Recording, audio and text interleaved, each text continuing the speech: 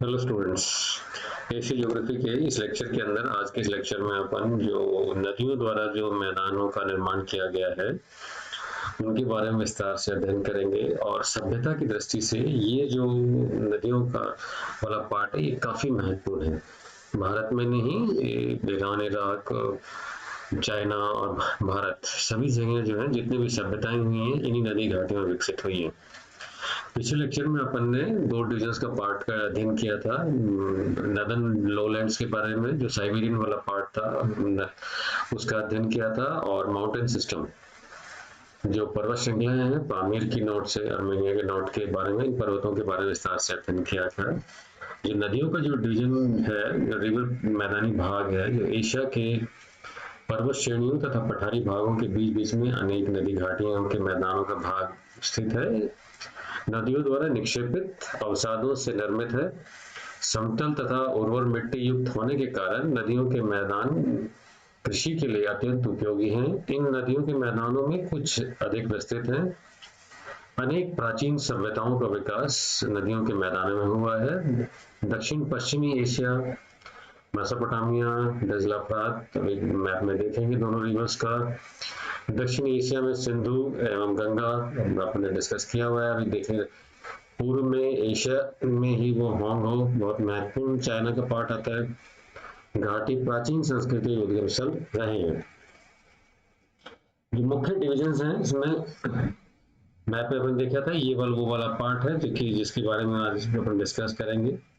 China का वाला part जिसमें कि महत्वपूर्ण नदियां और भारत का, और दजला फरात जो है टिग्रिस रिवर, इनके बारे में अपन अध्ययन करेंगे। जो पहला जो महत्वपूर्ण डिवीजन इसके अंदर आता है, सब डिवीजन इसके अंदर आता है, वो दजला फरात का मैदान या पश्चिम एशिया में स्थित है। इस मैदान का जो विस्तार है वो ईरान में दजला, टिग्रिस और यूफ्रेटिस फरात नदियों के मध्य के भूभाग का क्षेत्र है। अपन ने भारत के भूगोल के अंदर जो है वो पंजाब में बहने वाली नदियां सबके बारे में स्थान किया, और उन दो नदियों के मध्य का जो क्षेत्र है वो दोआब कहलाता है। सतलज, व्यास, रवि, झेलम के बारे में विस्तार, सबके मध्य का जो भाग है उनके अलग अलग के नाम इसी से दिया जाते हैं।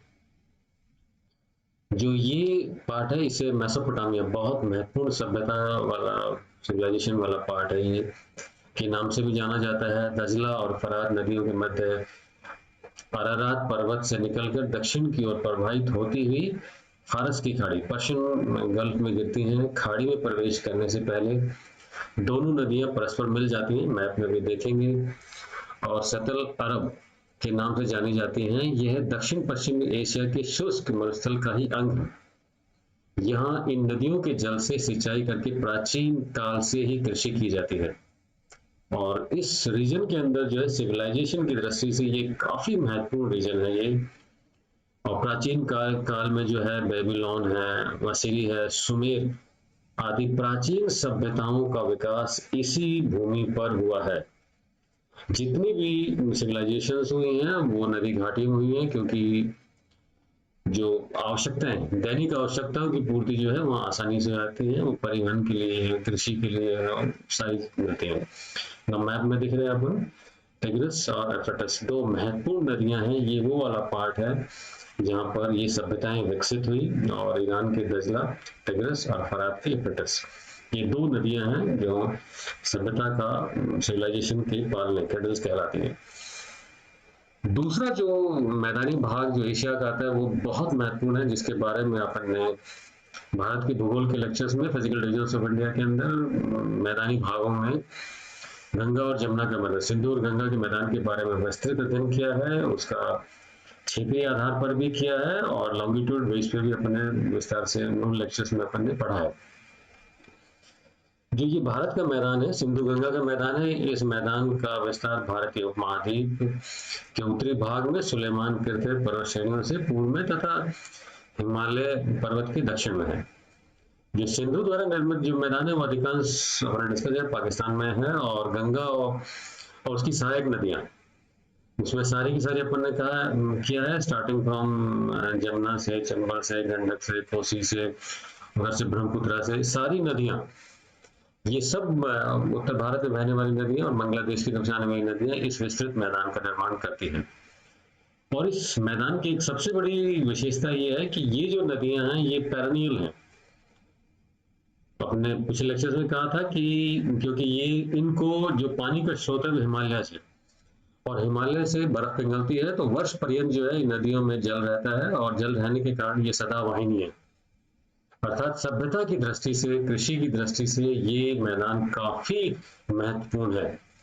और प्राचीन काल में आपने पढ़ा सिंधु घाटी सभ्यता और आर्यन सभ्यता का विकास इसी मैदान में हुआ है।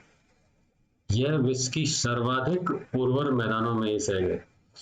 अपन ने हर साल, क्योंकि इस क्षेत्र के अंदर डिस्कस किया हुआ है कि नदियां जो हैं बाढ़ आती है और वर्षा ऋतु के अंदर, और ऊपर से पहाड़ी भागों से अपरदन के कारण जो है वो मिट्टियों का अपरदन होता है, और इन मैदानों में लाकर नवीन मिट्टी जो है बिछा दी जाती है, तो इन मैदानों की उर्वरता हमेशा बनी रहती है। तो इसलिए ये खाद्यान्न के भंडार है, और भारत की जो खाद्यान्न की अधिकांश पूर्ति जो है वो इन्हीं मैदानों से होती है। तीसरा जो है वो इरावदी नदी, म्यांमार, बर्मा। बर्मा के दक्षिणी भाग में इरावदी का मैदान है, जिसका जो विस्तार उत्तर से दक्षिण की ओर है। उपजाऊ जलोढ़ मिट्टी से निर्मित इसी मैदान में म्यांमार की अधिकांश जनसंख्या जो है निवास करती है, तो मैक्सिमम पॉपुलेशन रहती है।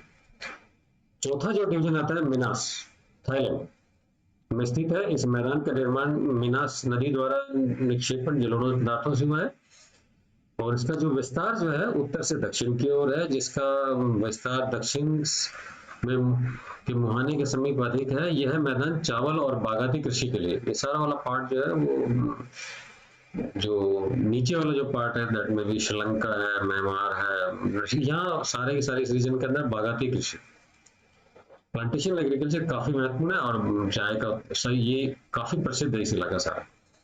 पांचवा डी आता है मेकॉन्ग का मैदान जो है हिंद चीन के प्रायद्वीप भाग पर मेकॉन्ग नदी द्वारा निर्मित जलोढ़ मैदान अत्यंत उपजाऊ है। इसका विस्तार पूर्व पश्चिम दिशा में है, जहाँ मुख्यतः चावल और चाय की कृषि की जाती है। पानी की जहाँ पर अधिकता होगी वहां चावल की कृषि अपने को देखने को मिलेगी, और ये सारा ईस्टर्न वाला पार्ट जो है यहाँ पर ये चावल काफी खाद्यान्न की दृष्टि से काफी महत्वपूर्ण है। जो चाइना वाला पार्ट है, और चाइना के अंदर सभ्यता की दृष्टि से और नदियों की दृष्टि से और मैदानों की दृष्टि से काफी महत्वपूर्ण है। एक सिक्योंग का मैदान है। यह मैदान चीन के दक्षिण भाग में सिक्योंग नदी से स्थित है। यह नदी पश्चिम से पूर्व की ओर प्रवाहित होती है प्रशांत महासागर में गिरती है, पैसिफिक ओशन में, और पूर्वी भाग में उपजाऊ मैदान का निर्माण करती है। यह मैदान सकरा है, किंतु चावल और चाय की कृषि के लिए काफी महत्वपूर्ण है। चाइना की जो दो महत्वपूर्ण नदियां हैं, जो सबसे महत्वपूर्ण है उसमें यांगत्से और होंगो, ये दो नदियां जो है वो बहुत बड़ा मैदानी क्षेत्र, उपजाऊ क्षेत्र का निर्माण करते हैं। जो यांगत्से का मैदान है मध्य चीन, मिडिल चाइना में, मैप में भी देखेंगे में स्थित है। यह जलोढ़ मैदान का निर्माण जो है यांगत्से तथा उसकी सहायक नदियों के निक्षेपण से के द्वारा हुआ है। इसका पूर्वी भाग विस्तृत उपजाऊ होने के कारण चीन का सर्वाधिक घना बसा हुआ डेंसली पॉपुलेटेड एरिया है ये सारा का सारा। और जैसे भारत के संदर्भ में लिया था कि जो मैदानी भाग है, उत्तर का जो मैदानी भाग है जनसंख्या के घनत्व की दृष्टि से सर्वाधिक पाया जाता है। और अगला डिवीजन आता है हांगहो। हांगहो का मैदान जो है चीन के उत्तरी भाग में स्थित इस विशाल मैदान की उत्पत्ति हांगहो तथा उसकी सहायक नदियों द्वारा निक्षेपित अवसादों के परिणाम स्वरूप हुई है। इसके निर्माण में पश्चिम में स्थित लोएस का मैदान से बहाकर लाई गई मिट्टी से हुआ है, जिसका रंग पीला है, देखेंगे मैप में होता है। इसी कारण इसे चीन का विशाल पीला मैदान, ये काफी जीके का काफी बड़ा क्वेश्चन बनता है students, yellow plain of China, पीला मैदान भी कहा जाता है। मैदान का ढाल मंद होने तथा नदी का तल ऊंचा होने के कारण नदी का मार्ग प्रतिवर्ष बदलता रहता है। जैसे भारत में हमने डिस्कस किया था, कोसी के संबंध में किया था और दामोदर के संबंध में, ये दो महत्वपूर्ण नदियां हैं। अपने लेक्चर्स में देखा था, Kosi is known as sorrow of Bihar, Damodar is known as sorrow of Odisha.